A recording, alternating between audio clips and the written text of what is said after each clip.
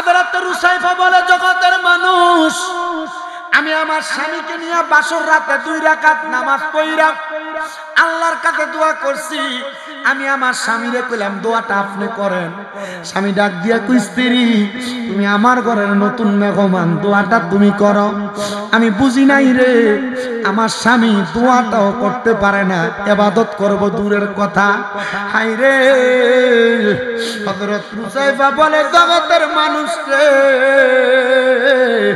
আমি এত জীবন পর্যন্ত দোয়া করলাম আল্লাহ যেন আমার একটা ভালো স্বামী দান করে এমন স্বামী দান করছে এই স্বামীটা বাসর রাতের পরে আমি স্ত্রীর সাথে আর এক রাত্র কাটায় নাই আমার স্বামীর স্বভাব ছিল সে নেশাগ্রস্ত থাকতো নেশা না করতে পারলে তার ভালো লাগতো না জগতের মানুষ আমার আল্লাহ এমন দয়া করছে ওই বাসর রাতের মিলনের মাধ্যমে আমি রুসাইফার গর্ভে একটা সন্তান দান করছে আমার স্বামী আমার কোনো খোঁজ খবর নেয় না কিন্তু আমি সন্তানটার দিকে তাকায়া আমার স্বামীরে ত্যাগ করি নাই আমার স্বামীটা যত খারাপ হোক আমার সন্তান তো আছে তার সন্তান তো আমার গর্ভে আছে আমি এই চিন্তা কইরা আমার সন্তানকে মানুষ করার জন্য মনে মনে এরাদা করলাম আমার গর্ভ তাইকা ঠিক 10 মাস 10 দিন পরে একটা ছেলে সন্তানের জন্ম হইছে এ দুনিয়ার মানুষ যখন ছেলে সন্তান জন্ম হইছে রে আমি মা ওই সন্তানের দিকে তাকায়া তাকায়া আল্লাহর কাছে কত দোয়া করলাম আল্লাহ তুমি তো আমার একটা সন্তান দিছো এই সন্তানের বরকতে আল্লাহ তুমি আমার সন্তানের বরকতে আমার স্বামীটারে হেদায়েতে তৈয়বা নসিব করো বন্ধুরে ও নবীর উম্মতের দল ও আশিক রাসূল ভাই বাবারা ওই মহিলা বলে আমার স্বামীটা সন্তান জন্মের পরে ওই সন্তানের কোনো দায়িত্ব পালন করে নাই আমি মা নিজে কষ্ট করে 5-6 বছর বয়স হওয়ার পর আমার সন্তানটারে তিনি শিক্ষা কেন্দ্রের মধ্যে পড়ায়া ইলমে দ্বীন অর্জন করাইলাম আমার সন্তানও ইলমে দ্বীন অর্জন করেছে আমার সন্তানটা ইলমে দ্বীন অর্জন করার পরে গো আমার সন্তানটা আল্লাহ তাআলার কোরআনুল কারীমকে প্রথম থেকে শেষ পর্যন্ত মুখস্থ করেছে আমার কাছে আইসা আগের দিন ডাক দিয়া কয় মা ও মা গো আমি তো আল্লাহ তাআলার কোরআন মুখস্থ করেছি আমার মাদ্রাসা থেকে খবর আমার মাদ্রাসাতে আগামী কালকে এই কোরআন মুখস্থ করার কারণে দস্তার বন্দি করা হবে মানে মাথার মধ্যে পাগড়ি পরায় দেওয়া হবে মা গো মা মাদ্রাসা থেকে খবর দিছে আমি যেন আমার আহালকে নিয়ে যাই আমার পরিবারকে নিয়ে যাই বলে কেমন পরিবার নিয়ে যাইবা বলে মা গো আমার বলছে আমার আব্বা জানকে নিয়ে যাওয়ার জন্য মা জননী ডাক দিয়া কয় জগতের মানুষ রে ও দুনিয়ার মানুষ আমি নিতে পারবো না আমার সন্তান তার আব্বারে নিতে পারবে কিনা আমি না যাই না ওই সন্তানকে বললাম ঠিক আছে তোমার আব্বা জান তোমার সাথে আগামী কালকে বলো এলাকার মাদ্রাসায় যাবে এই কথা চিন্তা কইরা আব্বা জানলে এই কথা আব্বা সন্তানকে ওয়াদা করছে কিন্তু বাপ তো যাওয়ার উপযুক্ত না মা জননী ডাক দিয়া কয় সন্তান ঠিক আছে আগামী কালকে তোমার বাবা যাবে বাবা যাওয়ার গ্যারান্টি কারণ বাবা নেশা করে ওই মা বলেন সন্তানকে করে ঘুম পাতায়া আমি রাত্রবেলা অপেক্ষা করতে লাগলাম আমার সন্তান ঘুমাইতেছে তার আব্বা জান যদি আসে আমি তার প্রয়োজনে পা গুলাতে ধরবো ধরে বলবো স্বামী গো সন্তানের ভালোর জন্য আগামী কালকে একটু চেষ্টা কইরা আপনি বাবা তার জন্য মাদ্রাসায় যাবেন মহিলা ডাক দিয়া কয় ও জগতের মানুষ আমি রাত্রবেলা আমার স্বামী যখন আগমন করছে আমি তার পাগুলার মধ্যে ধরে ডাক দিয়া কইলাম স্বামী আপনার কাছে আমার করজোরে আবদার আপনার সন্তানটা মাদ্রাসায় পড়ালেখা কইরা আল্লাহর কোরআন সিনার মধ্যে নিছে গো, আগামীকালকে তার যে কোনো একটা অভিভাবক তার মাদ্রাসায় যাওয়া লাগবে, আপনি কি যাবেন গো? ওই স্বামী বলছে হ্যাঁ স্ত্রী যাব। ঠিক আছে, তুমি আমার কাছে বিবাহের পরে কোনো আবদার করো নাই, একটা আবদার করছো সন্তান মাদ্রাসায় যাবে তার সাথে যাওয়ার জন্য। আমি যাব রে যাব। ঠিক আছে, তোমার ওয়াদা মানলাম। এই ওয়াদাটা মাইনা স্বামীটা রাত্রবেলা ঘুমাইছে, ঘুমানোর পরে সন্তান সকালবেলা সুন্দর পাঞ্জাবি কাপড় লাগায়া রেডি হয়ে ডাক দেয়, মা আমার আব্বা জান কোথায়? পাঠান না গো আমার সাথে।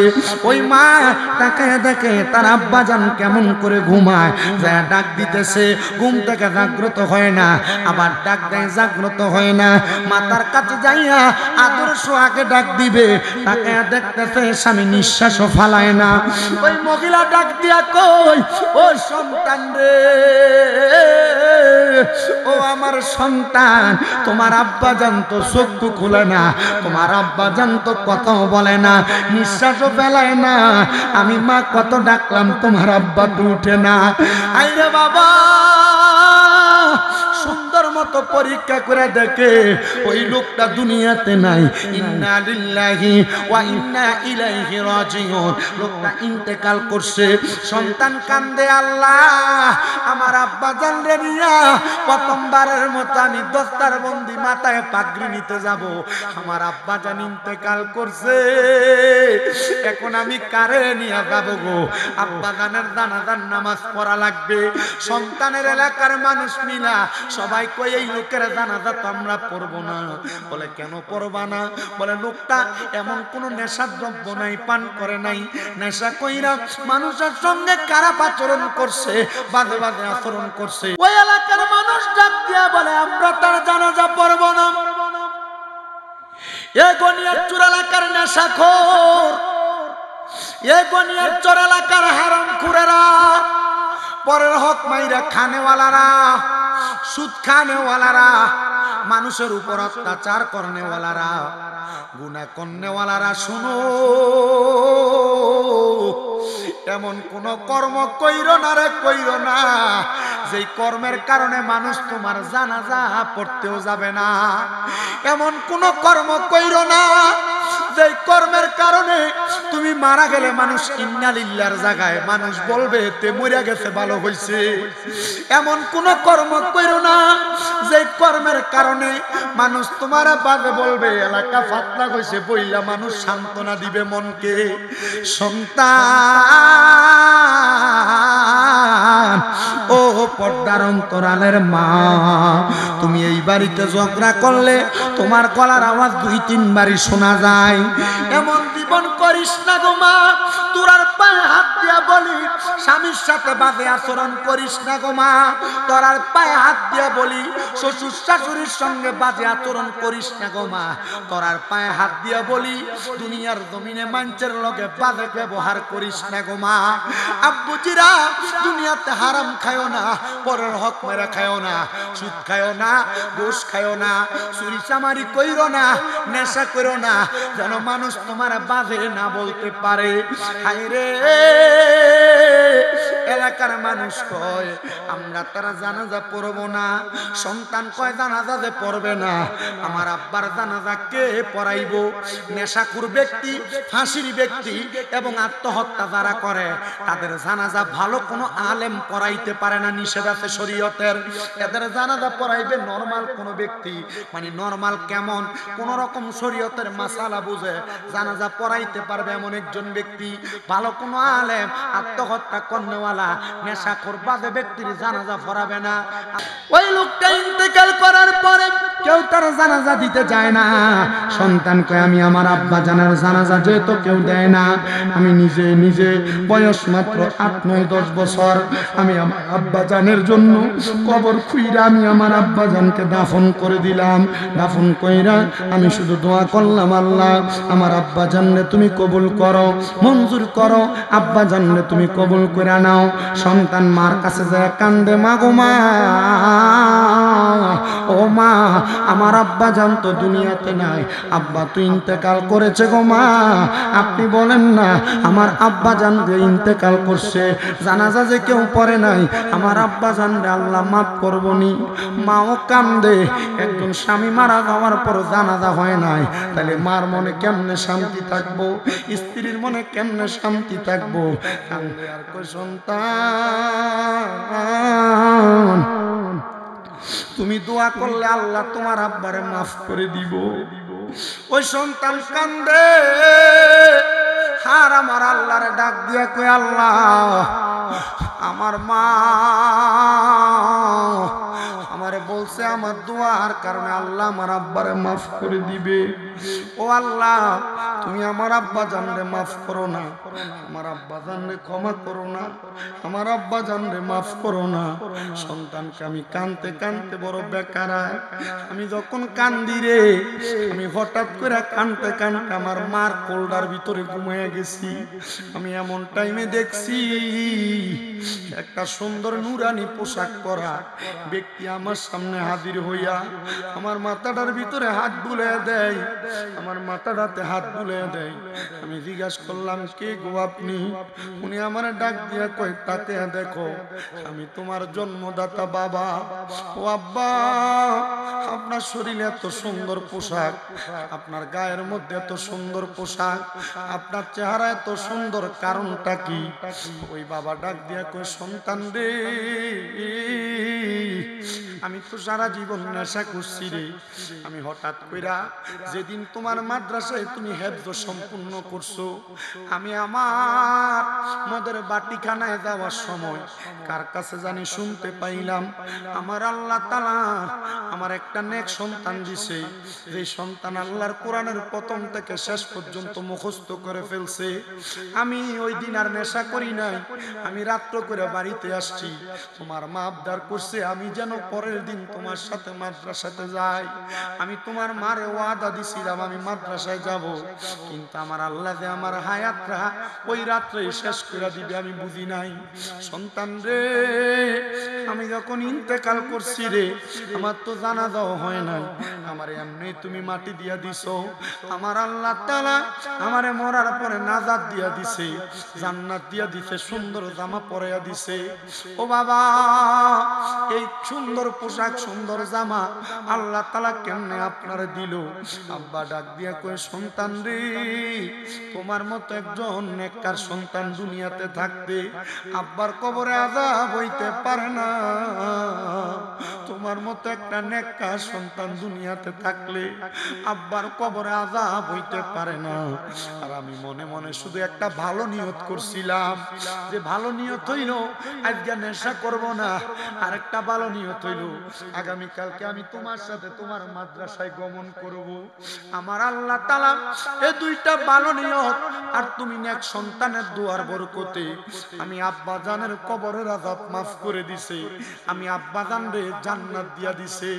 নবীর হাদিস পড়া দেখলাম তিরমিজি শরীফে একটা ঈমানদার যখন মারা যায় আর মারা যাওয়ার সময় আজরাইল তার সামনে 4 বার আগমন করে, 4 বার আগমন কইরা আজরাইল তার রূহ নিতে পারে না। মুমিন বান্দার সামনে আজরাইল যখন আসে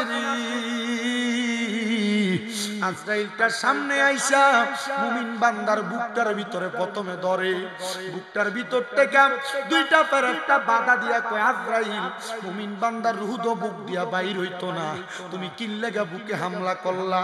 এবার মুমিন বান্দার কপালের ভিতরে হামলা করে কপালের ভিতর থেকে বাধা দেয় আজরাইল, এই কপাল দিয়া তো রূহ নেওয়া যাইতো না। বলে কেন? বলে মুমিন বান্দা আমার আল্লাহরে সেজদা দিছে। মুমিন বান্দার ডান দিক দিয়া ডাইন কাঁধের মধ্যে হাত দিব আজরাইলের রূহ নেওয়ার জন্য, ডান দিক দিয়া জবাব দিব রে আজরাইল, ডাইন দিক দিয়া তো মুমিনের রূহ নেওয়া যাইতো না। বলে কি লাগা রে? বলে ডাইন দিক দিয়া তার মা বাবার খেদমতরা তার পাহারাদার হইয়া দাঁড়াইয়া রইছে। বন্ধুরে বাম দিক দিয়া যখন হামলা করব, বাম দিক দিয়া দুইটা ফেরেশতা ডাক দিয়া কইব, আজরাইল বাম দিক দিয়া তো মুমিনের রূহ নেওন যাইতো না। বলে কেন রে? বলে বাম দিক দিয়া মুমিন বান্দার মা বাবার, মুমিন বান্দার দান এবং সদকা আছে, মুমিন বান্দার রূহ নিতে পারবা না। ওই সন্তান যখনই বাবার ইন্তেকালের পরে আল্লাহর কাছে দোয়া করছে, আল্লাহ তার আব্বার কবরের আযাব মাফ করে দিছে। আমি জানি না বনিয়ার চরের দক্ষিণে ইবতেদাই সুন্নিয়া হাফিজিয়া এতিমখানা মাদ্রাসার উদ্যোগে ষষ্ঠ বার্ষিক পবিত্র মাঘে রমজান উপলক্ষে ইসলামী মহাসম্মেলনে যারা উপস্থিত হইতো, কে জানি তোমরার মারে কবর দিয়া মাহফিলে আসছো, কে জানি তোমরার বাবার কবর দিয়া মাহফিলে আসছো। মা বাবার কবরের সামনে কত যাও, মা বাপ কবরে কেমন আছে একবার জানো না। সামনে রমজান মাস আসতেছে, আব্বা আম্মা কত রং বেরঙের ইফতার তোমারে সাজায়া দিত, কত রং বেরঙের ইফতার তোমারে দিত। সন্তান ওই রং বেরঙের ইফতার তুমি খাইতা। এখন রমজানদের সামনে আসতেছি, তোমার সামনে কত সুন্দর সুন্দর ইফতার থাকবে, তুমি তোমার মা বাপরে খাওয়াইতে পারবা না। খাওয়াইবা কেমনে রে? মা বাপ অন্ধকার কবরে থাকবে। রমজানের পরে ঈদ আসবে, ঈদের জন্য কত সন্তানের জন্য জামা কাপড় কিনবা, নিজের জন্য জামা কাপড় কিনবা, স্ত্রীর জন্য জামা কাপড় কিনবা, তোমার আব্বার জন্য তো একটা লুঙ্গিও কিনতে পারবা না, কারণ আব্বা কবরে কারে তুমি পরাইবা। মনে আসেনি তোমার আব্বা জানের কষ্টের কথা? নিজে সিরা লুঙ্গি পরে তোমার নতুন জামা কাপড় কিনা দিছে, নিজে পুরান কাপড় পইরা তোমার নতুন জামা কাপড় কিনা দিছে। আজকে ওই বাবা অন্ধকার কবরে, তোমার কাছে টাকার অভাব নাই, বড় বাবার বড় অভাব। ও সন্তান, তোমার মা অন্ধকার কবরে, আম্মাদা ঈদের দিনেও পুরান কাপড়টা পরে সারাদিন কাটাইছে, একটা নতুন কাপড় পরছে না, অভাব ছিল একটা নতুন কাপড় কিনতে পারছে না, তুমি পুতের নতুন জামা কাপড় কিনা দিছে। ঈদের আগে তুমি কত মানুষের জন্য জামা কাপড় কিনবা? কইরে সন্তান, নিজের মার জন্য তো একটা কাপড় কিনতে পারতা না। মাটা অন্ধকার কবরে, মাটা কেমন আছে জানো না, আব্বাটা কবরে কেমন আছে জানো না। আগে মা সকালবেলা পান্তা ভাত গুলা খাইতো না রে, তুই ফুতের লাগে রাইখা দিত। মা চিন্তা করতো রে, আমার সন্তান রৌদ্র দিয়ে আইলে পানি ভাত রাখাইলে তার কলজাটা ঠান্ডা হইব। এখন মা কবরে, বাড়িতে মেহমানের অভাব নাই, কত দামি দামি খানা তারা খায়, কিন্তু তুমি তোমার মার মুখে একটু খানা তুলা দিতে পারো না। দিবা কেমনে রে? তোমার মা অন্ধকার কবরে। সন্তান, আমি জানি না পর্দানুশিনী কত মহিলারা তাদের মারে হারাইয়া বসছে, কত মহিলারা তাদের আব্বারে হারাইয়া বসছে রে। ও মহিলা, কান্দিস রে, কান্দিস। আমার নবী কইতে কোন মহিলা, কোন সন্তান, ছেলে মেয়ে মা বাপ মারা যাওয়ার পরে রে, চোখের মণিকোটার ভিতরে একটা মাটির মাথা পানি মাথা পরিমাণ পানি চাইরা কানলে, ওই পানি মাটিতে পড়ার আগে আমার আল্লাহ তাআলা তার মা বাবার জীবনের গুনাহ মাফ করে দেয়। ও সন্তান, তোমার বুঝি মা কবরে, তোমার বুঝি বাবা কবরে? আল্লাহ যাদের মা বাবা কবরে, আম্মা আব্বার কবর জান্নাতের বাগান বানায়া দাও। ভালোবাসি তোমায় বাবা, বুকটা যে যায় ছিঁড়ে, তোমার কথা হৃদয় মাঝে পড়ছে বারে বারে। বাবা তুমি কেমন আছো ছোট মাটির ঘরে, তোমার কথা হৃদয় মাঝে পড়ছে বারে বারে। বাবা গো, ও বাবা, বাবা গো বাবা, ওরে দরজাটা খুলতে কে যাই ধোকা, বাবা বুঝি বলছে এলে নাকি খোকা। বুকের ভিতরটা নড়ে চড়ে উঠে, সবাই আছে শুধু বাবা নেই, শুধু মানি। সন্তান, এমন অনেক সন্তান আছে আব্বা আম্মারে দমক দিয়া কথা বলো, দে তোর পাও আমার সামনে দে, আমি আমার দিব্বাটা দিয়া তোর পাওটা পরিষ্কার করে দিমু। দমক। আমার নবী কয় উম্মত, আত-তাকবীরু লা ইয়ারুদ্দু, মানুষের তকদির কোনোদিন পরিবর্তন হয় না ইল্লা বিদুআ, কেউ যদি দোয়া করে দোয়ার কারণে তকদির পরিবর্তন হয়ে যায়। বাজান রে আমার, এই জন্য আপনাদের কাছে আবদার, আপনারা যা করেন আর না করেন, টাকা পয়সা জমে একবার হলো মক্কা মদিনা যাবেন। পর্দার অন্তরালের আমার মা বোনেরা, তোমার ঘরের মধ্যে 2-3 ভরি স্বর্ণ যদি থাকে, তুমি মারা যাওয়ার পরে তোমার সন্তানেরা, তোমার মাইয়ারা এই ধন সম্পত্তি ভাগ করে নিয়ে যাবে, স্বর্ণ গয়নাগুলা ভাগ করে নিয়ে যাবে। মাগো মা, একটা ভরি স্বর্ণ বর্তমান বাজারে বিক্রি করলে উমরা হজে যাওয়া যাবে। আল্লাহর রাস্তে উমরা হজে যাওয়ার চেষ্টা করো। এই টাকাটা দিয়া মক্কা মদিনা গেলে এমন শান্তি পাইবা, এমন আরাম পাইবা। আমি কত মানুষকে দেখছি মক্কার কাবা ঘরের গিলাপ বিরা বিরা কান্দে, এত শান্তি, এত মজা, এত আরাম রে। বলে হুজুর কেমনে মক্কা মদিনা যাবো, টাকা তো নাই। যুবক ভাই, ও যুবক নওজোয়ানের দল, কক্সবাজার ট্যুর দিবার লাগে তুমি 2,000, 3,000, 5,000, 10,000, 20,000 টাকা বাজেট করো। বলে হুজুর হ্যাঁ, কথা তো সত্য। আমি বলবো মনে রাখবারে, কক্সবাজার ট্যুরে যাইলে এটা দিয়া তুমি কোনো নাজাত পাইতা না। যদি মক্কা মদিনা যাও তোমার কেমন লাভ হবে জানোনি? তোমার এলাকার মসজিদের ভিতরে 1 ওয়াক্ত নামাজ পড়লে 1 ওয়াক্ত সওয়াব পাইবা, কিন্তু মদিনার মসজিদে নববীর ভিতরে 1 ওয়াক্ত নামাজ পড়লে 50,000 ওয়াক্ত সওয়াব পাওয়া যায়। আর গনিয়াচরের মসজিদের ভিতরে 1 ওয়াক্ত নামাজ পড়লে 1 ওয়াক্ত সওয়াব পাওয়া যায়, কিন্তু আমার আল্লাহর কাবা ঘরের সামনে যাইয়া 1 ওয়াক্ত নামাজ পড়লে 1 লক্ষ ওয়াক্ত সওয়াব পাওয়া যায়। তুমি যতদিন বাইচা থাকবা ততদিনে 1 লক্ষ ওয়াক্ত নামাজ পড়তে পারবা কিনা আমি জানি না। তোমার কাছে আবদার জানাই, যদি আল্লাহ এবং তার রাসূলের রাজামন্দি সন্তুষ্ট অর্জন করতে চাও, মক্কা মদিনা যাওয়ার নিয়ত করো। আমি জানতে চাই যে মক্কা মদিনাতে এত বরকত পাওয়া যায়, প্রশান্তি পাওয়া যায়। আপনারা বলেন গনিয়াচরের মানুষ, আমরা সবাই মক্কা মদিনা যাইতে চাই কি চাই? কারা কারা যাইতে চাই ডান হাত তুলে আল্লাহরে দেখাই। জবানটা খুলে একটা তাকবীর, নারায়ে তাকবীর। ঢাকা এয়ারপোর্ট যাওয়ার আগে সাক্কা ভামসা জোরে তাকবীর হবে, নারায়ে তাকবীর, নারায়ে রিসালাত, আহলে সুন্নাত ওয়াল জামাত,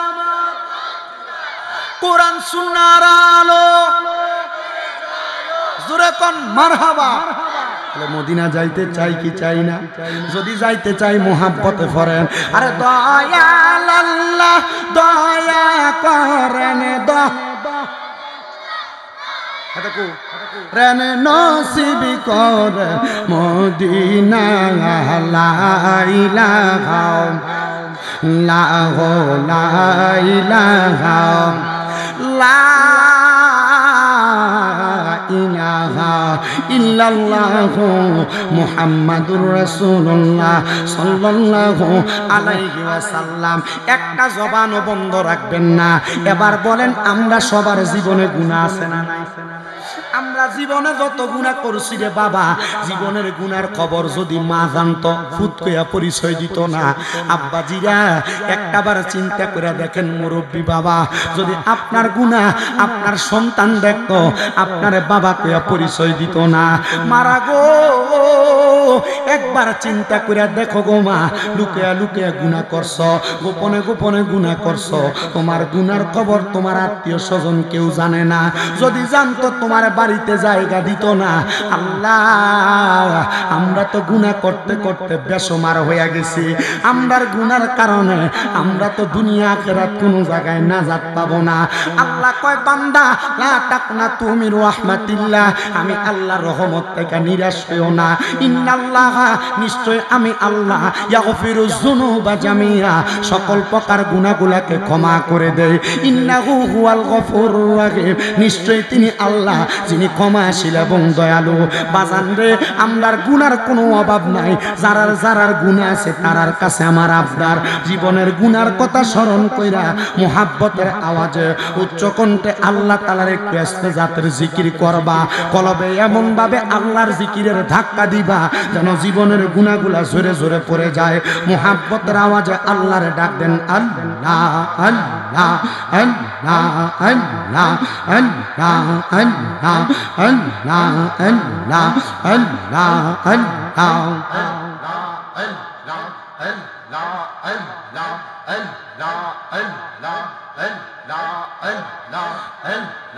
আল্লাহ আল্লাহ ডাক রে বান্দা আল্লাহ আল্লাহ ডাক রে বান্দা আল্লাহ আল্লাহ ডাক আল্লাহ আল্লাহ ডাকলে রে বান্দা গুনাহ পাবি মাগফ মারহাবা আল্লাহ আল্লাহ আল্লাহ আল্লাহ ডাক রে বান্দা আল্লাহ আল্লাহ ডাক রে বান্দা আল্লাহ আল্লাহ ডাক আল্লাহ আল্লাহ ডাক রে বান্দা আল্লাহ আল্লাহ ডাক মারহাবা আল্লাহ আল্লাহ আল্লাহর জিকির করতে পারলে জীবনের গুনাহ ঝরে যাবে মারহাবা আল্লাহ আল্লাহ আল্লাহ আল্লাহ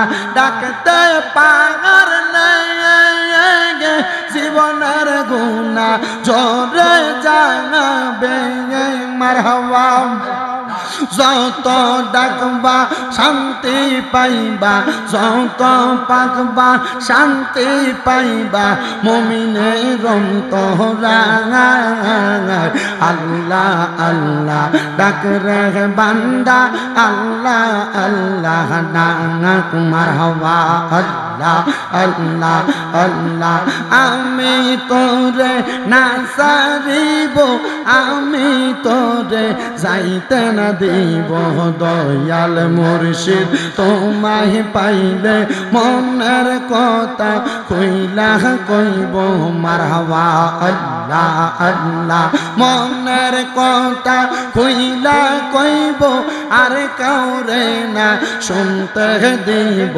মনের কথা কইলা কইব আর কাউরে না শুনতে দিব দয়াল মুর্শিদ তোমায় পাইলে মনের কথা শোনাইব মারহাবা আল্লাহ আল্লাহ রাঙ্গা চরণ মইসা দিব আর কাউরে না দুইতে দিব মারহাবা আল্লাহ আল্লাহ জবানটা খুইয়া আল্লাহকে শরমাই আল্লাহ রাঙ্গা চরণ মইসা দিব আর কাউরে না দুইতে দিব দয়াল মুর্শিদ তোমায় পাইলে মনের কথা কইলা কইব মারহাবা আল্লাহ আল্লাহ আল্লাহ আল্লাহ আল্লাহ এত ভালো বাসা দয়াল রে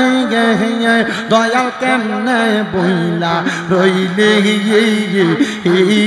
দয়াল রে মারহাবা আমি গোপনে কই রাপিরিগিতি এখন বাসি নয়ন জলে দয়াল রে আমার অন্তরেতে গইয়া গইয়া জলে মারহাবা আল্লাহ আল্লাহ মুর্শিদ রে তোর প্রেম জাগা আমার অন্তর পইরা কালা দয়াল রে আমার অন্তরেতে জলে গইয়া গইয়া মারহাবা আল্লাহ আল্লাহ আল্লাহ আল্লাহ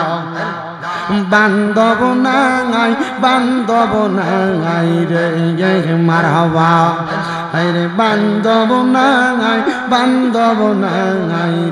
রে মারহাবা রে নবী ছাড়া বান্ধব কে না রে মুমিন ভাই নবী ছাড়া বান্ধব কে না মারহাবা আল্লাহ আল্লাহ নবী রাহমাতুল লিল আলামিন আপনি উম্মতের আমি উম্মত সারা কিছু বুঝেন না উম্মতের লাগিয়া সাজদায় থাকবেন পড়িয়া গুনাহগার মতেরা পনজন দয়াল নবী গো আপনি সারা আপন কে গোনা নাই মারহাবা আল্লাহ আল্লাহ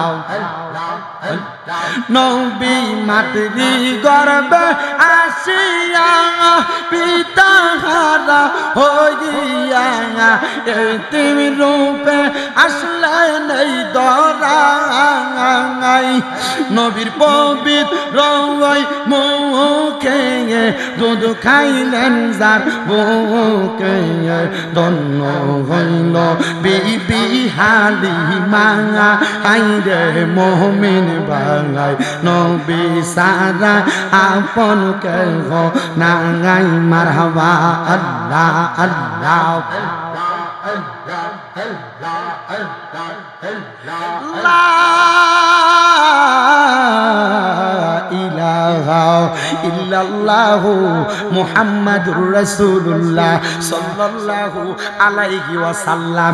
একটা জবানও বন্ধ রাখবেন না, জবানটা খুইলা উচ্চ কণ্ঠে জোরে জোরে কোন আলহামদুলিল্লাহ। বাজানো আর ডাইনে বামে যাই না, ডাইরেক্ট আলোচনার মধ্যে ঢুইকা যাই। আমি আপনাদের কাছে আল্লাহর কোরআনুল কারীম থেকে ছোট্ট একটা আয়াত তেলাওয়াত করেছি, যে আয়াতটা আমি বেশিরভাগ মাহফিলে তেলাওয়াত করে থাকি।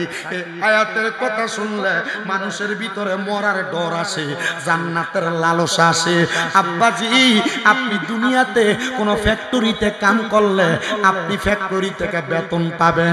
দুনিয়াতে যে নামাজ পড়েন, রোজা রাখেন, হজ করেন, যাকাত দেন, দান সদকা করেন, আমার আল্লাহ তো আপনার কোনো বেতন দেয় না।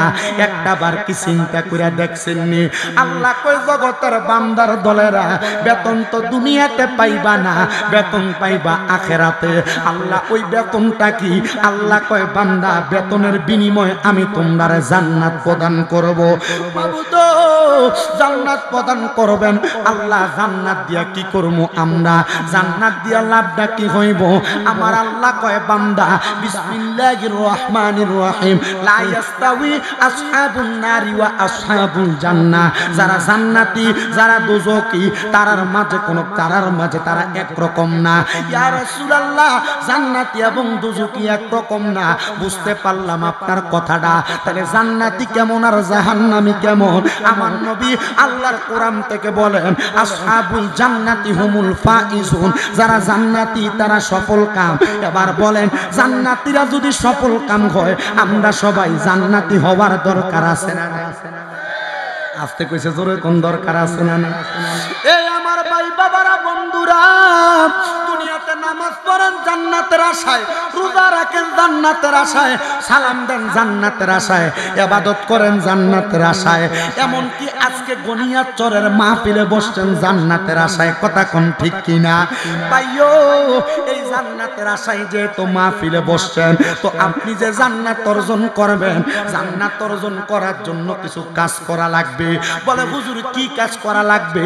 আল্লাহ কয় বান্দা ইন্নাল্লাযীনা আমানু ওয়া আমিলুস সলিহাত, যারা ঈমান আনে এবং নেক আমল করে তারা জান্নাতি হইতে পারে। কি বলে আল্লাহ? এই মানুষগুলা সাধারণ কোনো মানুষ না। আল্লাহ কয় উলাইকা হুম খায়রুল বারিয়া, এই মানুষগুলা হলো সবচাইতে ভালো মানুষ। আল্লাহ কয় এদেরকে আমি আল্লাহ তাআলা জান্নাত দিমু, তো জান্নাত দিমু, সাধারণ কোনো জান্নাত দিতাম না। আল্লাহ কেমন জান্নাত দিবা? আল্লাহ কয় তারা যেই জান্নাতে থাকবো, এই জান্নাতের নাম হলো জান্নাতুল আদন। মারহাবা মারহাবা, জান্নাতুল আদন দিবা গো আল্লাহ। ওই জান্নাতুল আদনটা দেখতে কেমন গো?